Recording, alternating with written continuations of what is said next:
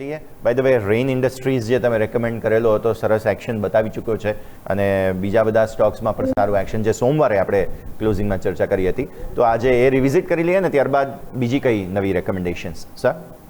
હા, જરૂરથી આજે નવી રિકમેન્ડેશનમાં 3 રિકમેન્ડેશન છે. પહેલું શૈલી એન્જિનિયરિંગ, આપણે ઘણીવાર આને ખરીદીની ચર્ચા કરી છે અને આજે પણ અહીંયા ખરીદી કરો. 3070 નો કાલનો ક્લોઝ છે.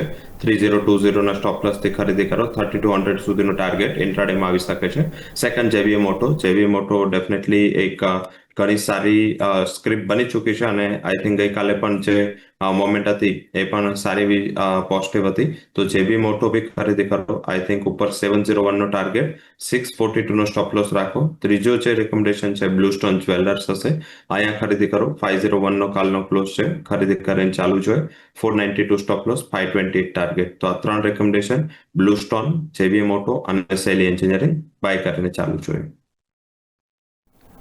ઓકે, તો બ્લુસ્ટોન, શૈલી એન્જિનિયરિંગ અને જેબીએમ ઓટો પર ખાસ નજર